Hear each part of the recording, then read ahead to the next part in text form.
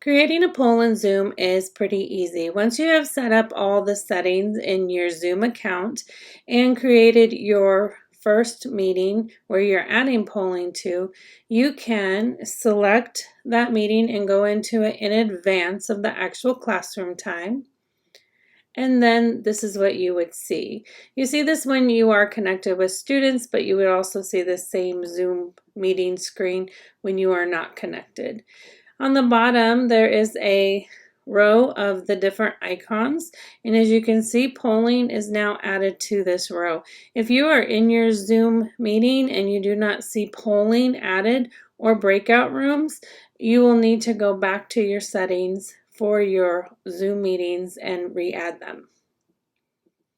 So you're going to go ahead and click on polling, and then once you click on polling, a pop-up window will pop up, and you'll have the option to either edit or to add a question.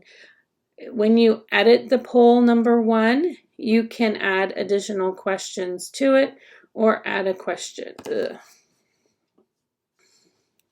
After selecting the polling icon, you have a pop-up window that will allow you to select and add questions. On your very first poll, you have 2 options available to you.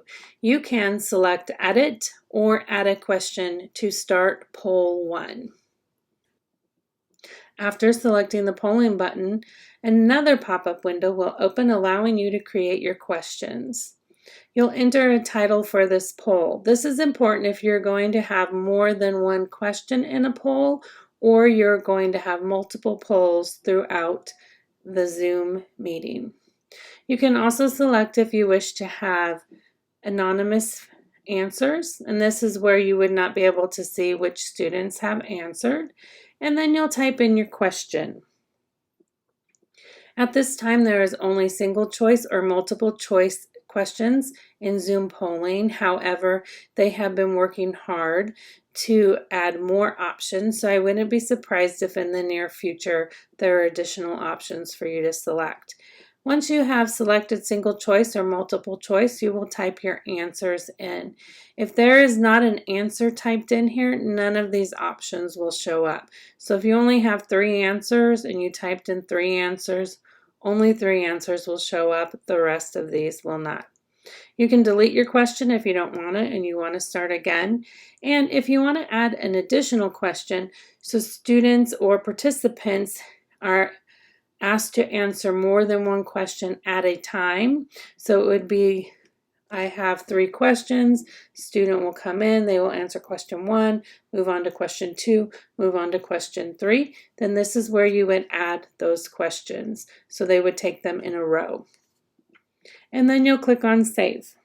All right, so if you already have your polls created and you want to add another polling question for a different poll, so if I want to do poll number 2, I would click on the Edit button. If I want to add a question to poll number 1, I would click on Add a question. All right, let's talk about selecting and launching our polls.